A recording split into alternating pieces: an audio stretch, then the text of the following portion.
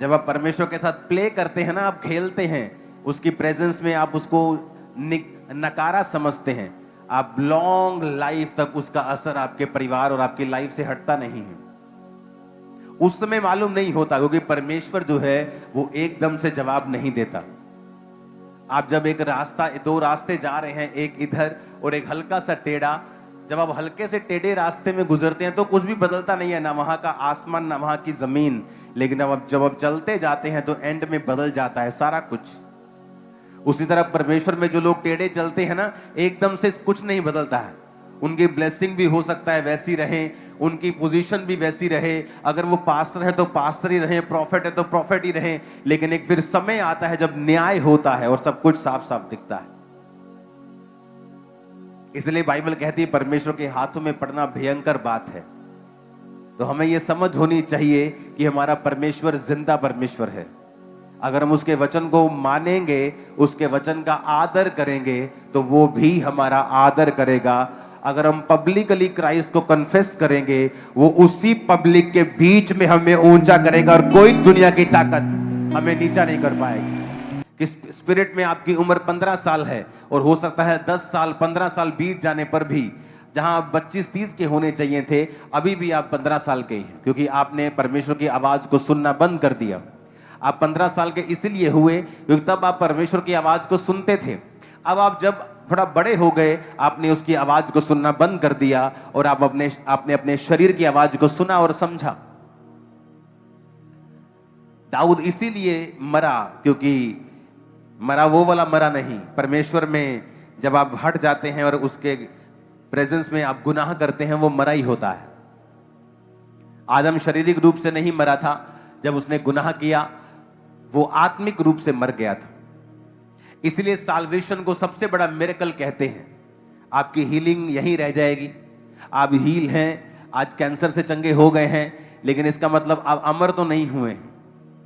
मरना तो है ही, किसी को 85 साल में, किसी को 100 साल में, किसी को 70 में, किसी को 110 में, 120 में, सबको जाना है। तो वो हीलिंग मिरेकल तो इस धरती तक रह जाएगा। ऊपर क्या जाएगा? वो साल्वेशन, वो उद्धार ऊपर जाएगा। इसलिए साल्वेशन को चमत्कारों का चमत्कार कहा जाता है। इसलिए साल्वेशन को, मुक्ति को सबसे बड़ा मिरेकल बोला जाता है। हालेलुया।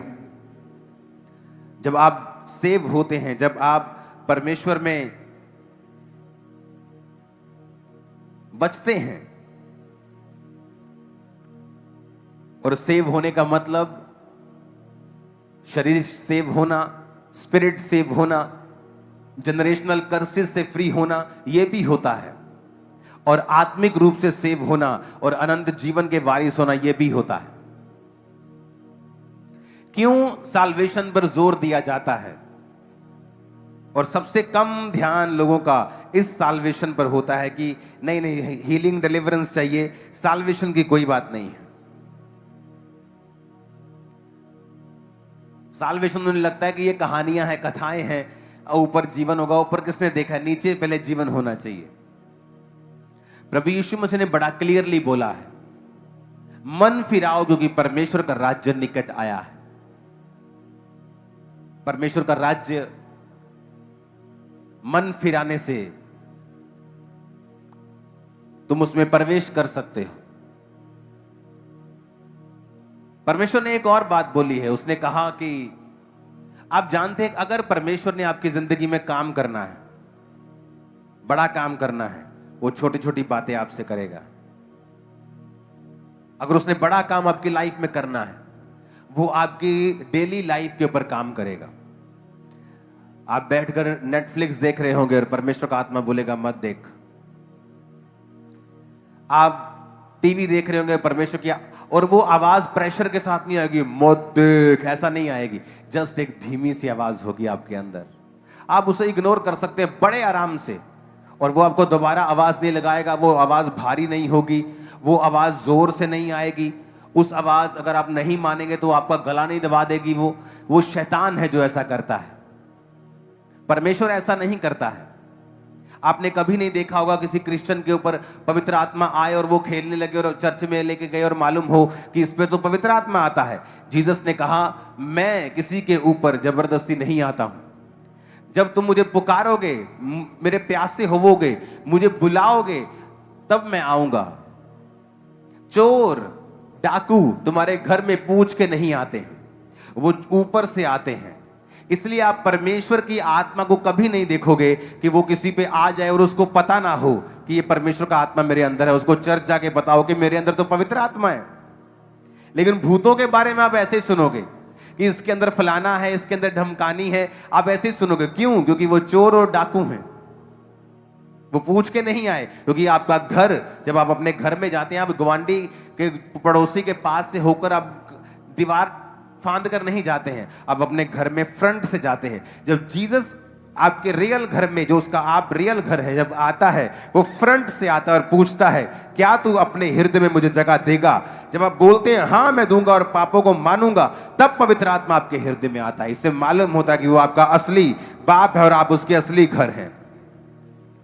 पता चलता है।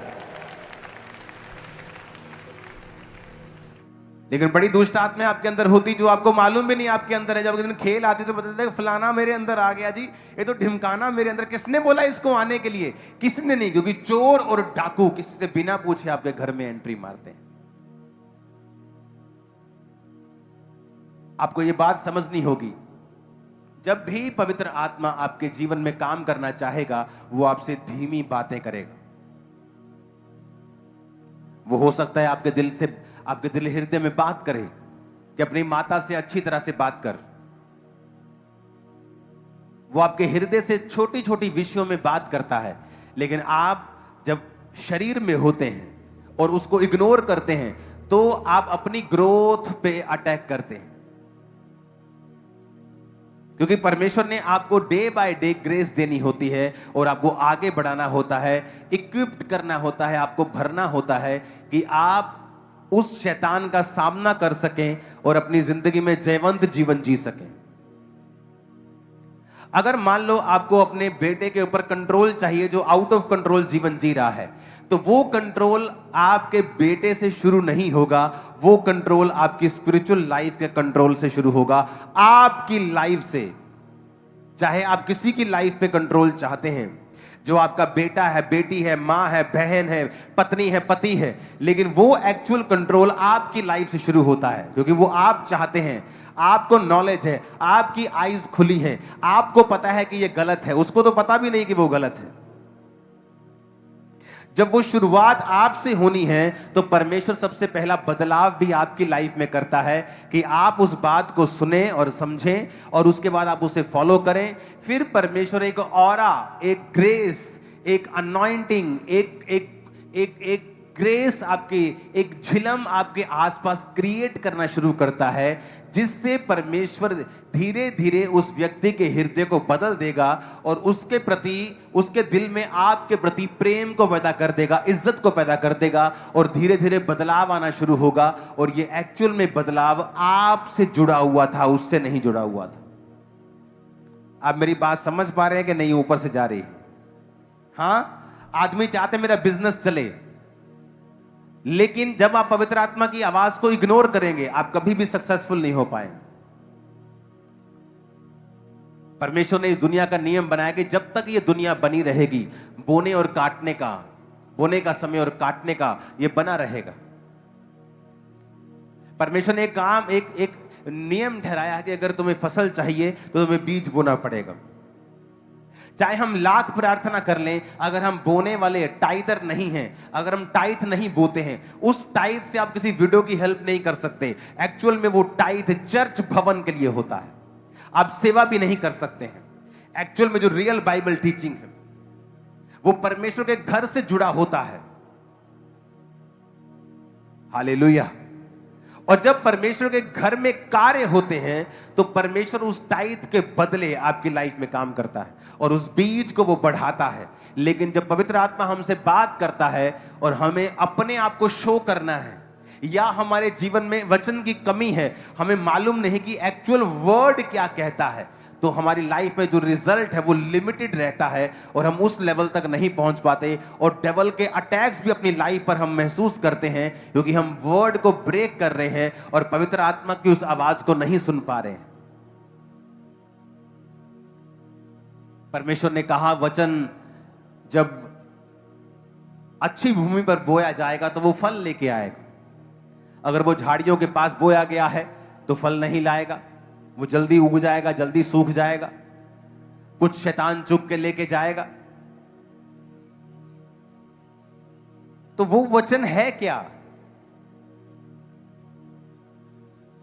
कि संसार का धोखा उस वचन को दबा देगा। और जो अच्छी भूमि पर बोया जाएगा वो फलों को लेके आएगा। ऐसा क्यों लिखा बाइबल में? और एक जगह और पवित्र आत्मा ने एक वचन लिखा है, यीशु मसीह ने कहा कि जब वो भवन में थे और परमेश्वर ने पुकार के कहा कि हे दुनिया की, अगर तुम चाहते हो कि आत्मा तुम पे उतरे, तुम प्यासे हो तो मेरे पास आओ, मैं तुम्हें पिलाऊंगा और तुम जीवन जल के सोते बन जाओगे। और हर एक किसान एक बात को जानता है। उस वचन को मैं पढ़ देता हूं आपके लिए। वो वचन है, ये लंबी टीचिंग है, इसको मैं थर्सडे या संडे भी आपके साथ शेयर करूंगा। मत्ती 13 उसकी 1 से 9। ये है उस बीज का जिक्र, मार्ग के किनारे गिरना और पक्षियों का उसे चुगना 4 आयत में। यानी जो कुछ सुना शैतान उसे चुरा कर लेके गया। पथरीली भूमि पर गिरना और गहरी मिट्टी ना मिलने के कारण जल्द उग जाना और फिर सूख जाना, और जड़ ना पकड़ने के कारण सूख जाना। कुछ झाड़ियों में गिरना और झाड़ियों ने बढ़ के उन्हें दबा जाना, यानी वचन सुनी भी जाना, चर्च भी आई जाना, लेकिन धन का धोखा, संसार का लालच, पैसों का लालच, व्यभिचार उस फल को नहीं आने देता। और कुछ अच्छी भूमि पर गिरना और फिर फल लाना।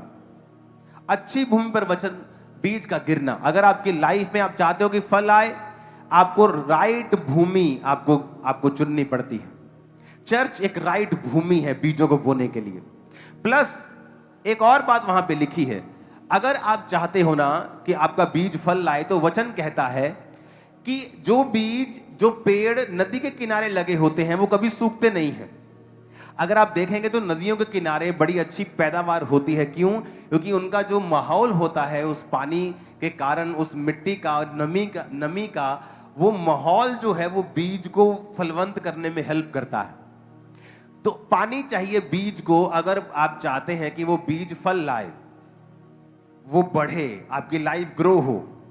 वचन ये कहता है कि यीशु मसीह ने कहा, अगर तुम प्यासे हो तो मेरे पास आओ, मैं उसे जीवन जल का सोता बना दूंगा।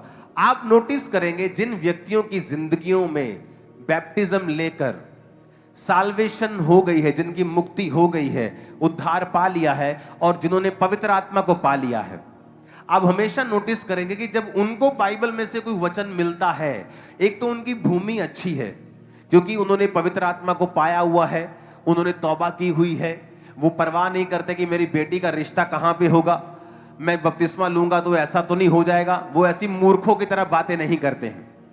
वो क्राइस्ट को पब्लिकली कन्फेस करते हैं। अगर आपने यीशु मसीह को पब्लिकली कन्फेस नहीं किया है, वो आपको नहीं जानता है। आप उसे जानते, वो आपको नहीं जानता है। जिसने पब्लिकली कन्फेस कर लिया, बैप्टिज्म ले लिया, पवित्र आत्मा को पा लिया, उसके जीवन में 2 बातें होती हैं। कैसे? आपकी जो भूमि है, आपका शरीर जो मिट्टी का बना हुआ है, जब जैसे नीचे की भूमि पर जब बीज जाता है तो वो फल लाता है, उसी तरह आपकी भूमि फिर रेडी होती है कि परमेश्वर का वचन आपके अंदर जाए, चाहे वो हीलिंग का हो, वो डिलीवरेंस का हो, वो बरकत का हो, वो छुटकारे का हो, फिर वो आपके अंदर से फूटने लगता है वो छुटकारा। लेकिन अगर आपका शरीर तैयार नहीं है, आपका जीवन रेडी नहीं है, वो सेव नहीं है, आपने तौबा नहीं की है, आप ऐसे पापों में हैं जो अब तक आपकी लाइफ से चले जाने चाहिए थे, फिर वो बीज जब चला जाता है वो फल नहीं लाता। आप फिर बोलते रहते हैं, तेरे कोड़े खाने से मैं चंगा हो चुका हूं। फिर वो वही बात हो गई कि आप अपना बीज पकड़ते हैं और राजस्थान के रेगिस्तान में जाके बोलते हैं, ये मैं बीज फेंकता हूं, ये फल लेके आएगा। वो फल नहीं लाएगा। अगर आपको वो बीज चाहिए फल लेके आए, आपको उसे वैसी भूमि पर बोना पड़ेगा जो फल ला सकती है। आपका शरीर, आपका जीवन अगर आपने रेडी नहीं किया उस फल को लाने के लिए, वो वेस्ट हो जाएगा जो पास्टर आपके लाइफ में डिक्लेयर कर रहा है। जो आप पढ़ रहे हैं, आप डिक्लेयर कर रहे हैं, वो काम नहीं आएगा क्योंकि आपकी भूमि रेडी नहीं है। और जब आपको ये बात पता होगी कि मुझे तौबा करनी है, मुझे परमेश्वर के साथ संग रहना है, वचन को पढ़ना है, आपका शरीर रेडी है। जैसे आप वर्ड पढ़ेंगे या आप पर कोई भविष्यवाणी होगी या आप पे कोई डिक्लेरेशन होती है, वो आपके अंदर रिसीव हो जाती है। उसके बाद लिखा है पवित्र आत्मा उनकी जिंदगी में जब होता है, वो पानी की तरह काम करता है, होली स्पिरिट वाटर की तरह काम करता है। और वो जब आपके जीवन में प्रेजेंस रखता है और वचन की प्रेजेंस होती है, वो बीज धीरे धीरे फल लाने लगता है। आप हमेशा नोटिस करेंगे, जो व्यक्ति पवित्र आत्मा से भरपूर नहीं है, क्राइस्ट के वचनों को मानने के लिए उनको संघर्ष लगता है। और वो पुराने ईसाई हैं, फलानी चर्च के बड़े बड़े कम्युनिटी मेंबर हैं, लेकिन उनकी शादियां देखो, सब अन्य जातियों की तरह करते हैं। उनके कोई काम देख लो, बर्थडे पार्टी देख लो, शादी देख लो, कुछ देख लो, आपको पूरा संसार और डबल शैतान नाचता हुआ दिखाई देगा। क्योंकि अगर आप क्रिश्चियन हैं, इस बात से कोई मायने नहीं। अगर आप बाइबल को फॉलो करते हैं और आपने सेव हो गए हैं और पवित्र आत्मा को पा लिया है, देन वो भूमि राइट है, क्योंकि वहां बीज भी है, वहां पानी भी है। जहां बीज होगा, नमी होगी, वो बीज फल लाएगा। जिन लोगों की लाइफ में पवित्र आत्मा की हुजूरी नहीं है, वो बड़ा संघर्ष करते हैं, हीलिंग के लिए संघर्ष करते हैं, डिलीवरेंस के लिए संघर्ष करते हैं, और क्रिश्चियन हैं, खुदा से प्यार भी करते हैं। ये भी बताता हूं आपको। वैसे प्यार करते हैं परमेश्वर, बोलेंगे हम प्यार करते हैं प्रभु से। कोई धरना लगाना हो वहां पहुंच जाएंगे, कोई काम करना हो पहुंच जाएंगे, लंगर लगाना हो पहुंच जाएंगे, लेकिन वो ये बात नहीं समझते हैं कि इससे बड़ा जीवन परमेश्वर ने हमें देने के लिए बुलाया है। और जब आपकी लाइफ में आप ग्राउंड को सेट करते हैं और उसके अंदर जब बीज जाता है और पवित्र आत्मा की प्रेजेंस एक पानी की तरह उस बीज पे काम करती है। इसलिए जो लोग पवित्र आत्मा से भरपूर नहीं होते, सेम वचन जो आपको समझ आता है उन्हें अलग तरह से आता है। सेम वचन आप फेथ से भरे होते हैं और उनके लिए वो नॉर्मल वचन है, उनको लगता है कि नहीं ठीक है, ओके, हाँ हाँ सही है, सब ठीक है, चलो काम धंधा करते हैं सुबह। यही रियल वर्ल्ड है। उन्हें लगता है कि वो मिरेकल शायद पुराने जमाने में होते थे। उनकी लाइफ में वो काम नहीं होता क्योंकि पवित्र आत्मा की प्रेजेंस नहीं है। हालेलुया। अगले संडे प्रभु भोज होगा। जो लोग बैप्टाइज नहीं हैं, आज बपतिस्मा लें, क्राइस्ट को पब्लिकली कन्फेस करें। पठानकोट क्रूसेड में मैंने एक रिवाइवल के बारे में बात की थी और उस व्यक्ति ने भी 4 पॉइंट्स में ये पॉइंट ये बताया था कि क्राइस्ट को पब्लिकली कन्फेस करें। उसके लिए चाहे आपको परसिक्यूशन सहनी पड़े, उसके लिए चाहे आपको किसी भी चीज का नुकसान सहना पड़े, उसे सहो, क्योंकि जब तक आप वो नुकसान नहीं सहेंगे, आप रियल फायदे में कभी नहीं जाएंगे। मैं आपको बता रहा हूं, अगर आप कैंसर के फोड़े को सोचते रहेंगे कि मैं अगर इसे निकलवाऊंगा तो मुझे दर्द होगी, वो आपको खत्म कर देगा। वो पेन तो होगी, लेकिन उसके बाद जीवन भी होगा। आपको ये बात समझनी ही पड़ेगी। एक टेस्टिमनी को मैं सुन रहा था। एक व्यक्ति ने चर्च का क्रूसेड करवाया और क्रूसेड जब उसने करवाया तो उस क्रूसेड पे बहुत खर्चा हुआ और उसने पर्सनल अपना खर्चा किया और क्रूसेड करवाया। उसने टेस्टिमनी दी कि क्रूसेड करवाने के बाद उसका जो बिजनेस था, शैतान ने उस पर अटैक कर दिया। जिस बिजनेस से उसने कहा था मैंने घर बनाया, जिस बिजनेस से मैंने 2 घर बनाए, जिस बिजनेस से मैंने कर्जे उतारे, जिस बिजनेस ने मुझको ऊंचा किया, क्रूसेड करवाने के तुरंत बाद उस बिजनेस पे अटैक हुआ और वो बंद हो गया और बहुत कम हो गया। जब आप कुछ अच्छा करते हैं, आप पर अटैक होता है, क्योंकि शैतान जानता है कि ये वो कर रहा है जो उसको नहीं करना चाहिए, और वो लगातार उस तंगी में रहा। उसके लोग उसके खिलाफ हुए और लगातार उस तंगी को वो झेलता रहा। एक फिर समय आया, उसने मुझे बताया कि एक समय आया और परमेश्वर ने एक नए काम को मेरे लिए खोला, और जब नए काम को मेरे लिए खोला तो उस काम में परमेश्वर ने मुझे बरकत दी। जितने वो पहले कमाता था उससे 3 गुना ज्यादा कमाता है अब 2 साल के अंदर अंदर। और वो काम वो कभी नहीं करता। लेकिन परमेश्वर की आत्मा ने उससे पहले डिसकंफर्ट जोन में वो लेके आया और उसके बाद फिर वो उसे कंफर्ट जोन में लेके गया। जब आप सही चीज करते हैं कई बार आपको डिसकंफर्ट होता है। आप देखा मैं पहले ही क्या सुना ना करिए अपा, मैं क्या सुना के बाद लोगों ना दसिए, पब्लिकली कन्फेस करने की कोई लोड़ नहीं सी, रब नूं आराम ना मानते रहते। ऐसे ऐसे मानने की कोई जरूरत नहीं है आपको, परमेश्वर को आपकी कोई जरूरत नहीं। मैं आपको बता रहा हूं, आप हो सकता है आज आप कल पब्लिकली कन्फेस करके नुकसान उठाओ नुकसान। मैं चैलेंज करता हूं, अगले 5 सालों में जो फायदा होगा नुकसान चिल्लर ठहराएगा उसके सामने जो फायदा होने वाला। सोचो तो सही, तुम क्यों डरते हो? जिस परमेश्वर ने सूर्य, चांद को, चंद्रमा को, पूरे तारागणों को बनाया, जिसने इतना बड़ा बड़ा ग्रह को बना के इतना सब कुछ बनाया, वो तुम्हारी उस छोटी सी नौकरी का क्या इंतजाम नहीं कर पाएगा? क्या वो तुम्हें सेटल नहीं कर पाएगा? बड़ा सोचो परमेश्वर के लिए और वचन से सोचो कि परमेश्वर आपको मरने नहीं देगा। आप उसको कुछ देंगे वो आपको बड़ा देगा, आप उसके लिए कुछ त्यागेंगे आप 100 गुना पाएंगे। वही आप जो नहीं कर पा रहे हैं इस डर से कि यही खत्म ना हो जाए, वही आपकी रुकावट है जो आपको एक लेवल पे रख रही है। हालेलुया। एक टीम मेंबर था, ये 15 साल पहले की बात है, और मैंने उसे बताया कि परमेश्वर का आत्मा चाहता है कि तू फुल टाइम परमेश्वर का काम करे। और मेरी आदत है मैं कभी लोगों को फोर्स नहीं करता हूं। कोई जाना चाहता है उसी वक्त जा सकता है, कोई आना चाहता है आ सकता है। अब मेरी लाइफ में वो बदलाव आ चुका है। हम किसी की काउंसलिंग नहीं करते ठहरने के लिए। पहले काउंसलिंग चलती थी, 15 साल काउंसलिंग चल रही, नहीं सेवा कर। अब कोई काउंसलिंग नहीं होती है। आपका 1% भी दिल नहीं है, आप कभी भी जा सकते हैं, क्योंकि परमेश्वर को 100% लोग चाहिए, आधे अधूरे लोग नहीं चाहिए। तो उस समय मैंने उससे कहा और वो हमेशा टालता रहा, और हमेशा उसे लगता था कि वो इस तरह से आप ये दिखाते हैं कि आप बहुत बड़े कोई वैल्यूएबल चीज हैं आप, और फिर परमेश्वर आपको ब्लेस नहीं करता।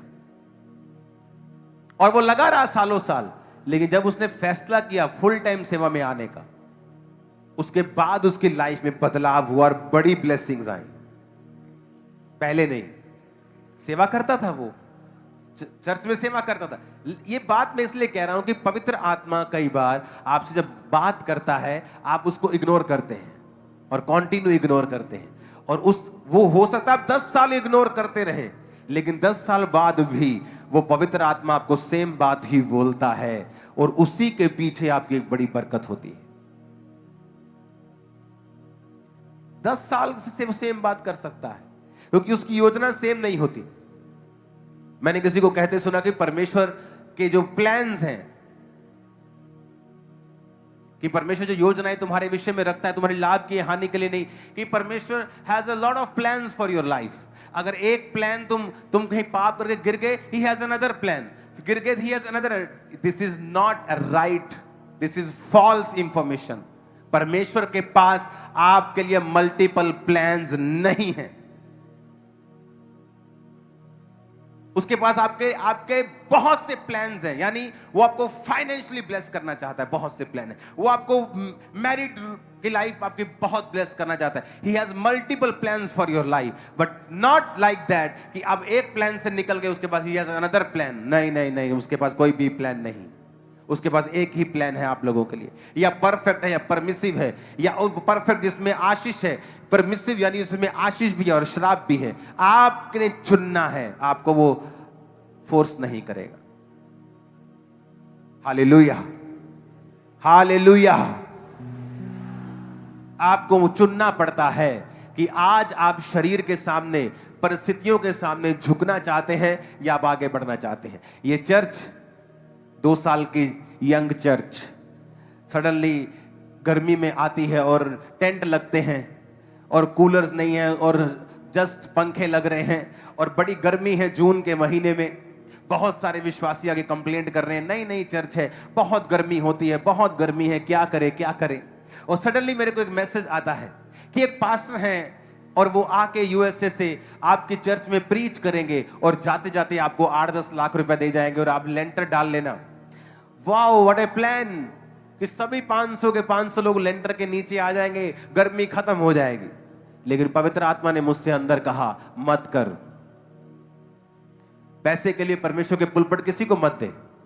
हाँ, वैसे कोई तेरी चर्च में प्रीच कर रहे, तुझे पवित्र आत्मा तेरी अगुवाई करे तो बुला किसी को बुला, कोई प्रॉब्लम नहीं, लेकिन पैसे के लिए मत बुला। मैंने कहा नहीं, मैं नहीं करूंगा ये। उसी गर्मी में हम रहे, फिर 1 साल नहीं, 2 साल नहीं, 3 साल, 4 साल, 5 साल, 6 साल, और आपको ऐसा लगता है कि आपने परमेश्वर का प्लान चाहे रिजेक्ट कर दिया है। आपने क्यों पैसा नहीं लिया? अगर वो छत डल जाती, आज इस छत में हम कभी नहीं होते। हालेलुया। आज भी चर्च बहुत से काम कर सकती है। आज भी जब मैं टीम को बुलाता हूं, क्या चल रहा है कंस्ट्रक्शन में, क्योंकि वो इतना बड़ा काम है, इतना ज्यादा काम है कि अगर मीडिया का काम हम कर रहे हैं तो उसका बिल बना है 1,75,00,000 रुपए। सिर्फ मीडिया, जो आपको नजर नहीं आना, जो पीछे के इक्विपमेंट्स हैं, जो पीछे की चीजें, जो नए हॉल में रेडी हो रहा है, तो उसको धीरे धीरे करके पैसे जा रहे हैं, 40 लाख जा रहा है, फिर वो धीरे धीरे आ रहा है, फिर वो बन रहा है, उसके साथ दूसरा काम जुड़ा हुआ, उसके साथ तीसरा जुड़ा हुआ, चौथा जुड़ा हुआ, 5वां जुड़ा हुआ है, एक एक करके पेमेंट सबकी जा रही है। मैं तो हैरान होता हूं कई बार जब लोग बोलते हैं इनको फॉरेन से पैसा आ रहा है, इनकी फॉरेन फंडिंग की जांच की जाए। और मेरी टीम जब आके बोलती है, मैं बोलता हूँ ये काम क्यों नहीं हो रहा? पापा पेमेंट थोड़ी है तो हम सबको धीरे धीरे करके बांटते हैं और इस तरह से काम हो रहा है। मैं कहा यार तू ही झूठ बोले जाने, लोग की कह रहे साढ़े को पैसा बहुत है, तू ही कहते रखा होना पक्का, वो कह रहे साढ़े को पैसे बड़े, तू ही कह नहीं हौली हौली काम करते। 2017 से चर्च बन रहा है, 8-9 साल हो गए। ये चर्च बिकी नहीं, थोड़ी सी वोटें डलवा दो ना, थोड़ी सी 20-25 लाख लोग दे जाते हैं। और जितना चर्च के साथ लोग जुड़ा है, हम 100 करोड़ भी मांगेंगे ना तो मना नहीं करता, और झट में हल होते हैं। लेकिन परमेश्वर ने कहा है बिकना नहीं है। इस चर्च को जब वो खड़ा करेगा ना, कोई दुनिया का माइकल अविश्वासी आके नहीं बोल सकता इस चर्च की मैंने हेल्प की, मैंने दिया इनको पैसा, कोई नहीं बोल सकता। हम सब यही बोलते हैं कि इस चर्च के गरीब लोगों ने, इस चर्च के मीडियम क्लास लोगों ने, इस चर्च के अमीर लोगों ने, हमने मिलके बिना फॉरेन फंडिंग के ये चर्च खड़ा किया, खुदा ने खड़ा किया। हालेलुया। ये लाइफ होनी चाहिए। एक समय होता है, आपको वेट करना है, वो चाहे उसमें टाइम लगे। रेत पे घर बनाना आसान है, आप झट बिक जाओ और 50-100 करोड़ में और जो मर्जी एम्पायर अपना खड़ा कर लो, लेकिन उसमें बढ़ोतरी नहीं है, उसमें परमेश्वर नहीं है। परमेश्वर का घर हमेशा चट्टान पर बनाना, उसकी नींव डालना कहीं अधिक मुश्किल है, लेकिन जब वो घर बन जाता है कोई ढा नहीं सकता, कोई गिरा नहीं सकता। फैसला कर लो, आज वचन पे खड़े रहेंगे, वचन में खड़े रहकर थोड़े साल मुसीबत भी झेलनी पड़े तो झेलेंगे, क्योंकि जो परमेश्वर ने अब इस सेवकाई में किया है वो मार्वलस है। वो दुनिया देख रही है, वो अमेरिका देखता है, वहां के लोग देखते हैं कि क्या हो रहा है। वहां मैसेजेस आते हैं, फोन्स आते हैं, कई देशों के प्रेसिडेंट, प्राइम मिनिस्टर्स वॉच करते हैं हमारी मीटिंग्स को कि परमेश्वर का आत्मा वाकई वहां काम कर रहा है। Hallelujah, hallelujah. अपने पड़ोसी को बोलो सही चलेंगे, कुछ भी हो जाए, देरी हो ना हो, आशीष आए ना आए, पर हम सही चलेंगे वचन के अनुसार, और फिर जो होगा वो पहले कभी ना हुआ होगा। आमीन। ऊंचा, और ये आशीष तुम्हारी है। आमीन। ऊंचा, तो ये आशीष तुम्हारी है। चल